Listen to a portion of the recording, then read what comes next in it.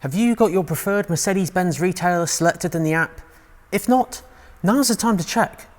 As long as you have a Mercedes-Me account and your car is linked, you can do this right from the app. This allows your local Mercedes-Benz retailer to receive a remote diagnosis at all times.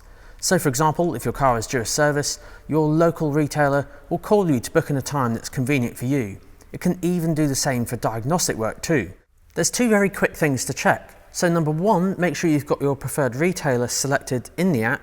So to do this, just load it up and go to the menu button on the top left, tap on your car, then scroll down to the preferred dealer service and preferred dealer sales section. Tap on the name and then you can type in the city or the town of where they're located. Then you can save it right in the app. And then finally, just make sure you've got the Mercedes-Me services switched on. So to do this, go to Manage Services, then scroll down to the section called Safety and Service, and then make sure Remote Vehicle Diagnostics and Tele-Diagnostics are switched on as well in order for this feature to work.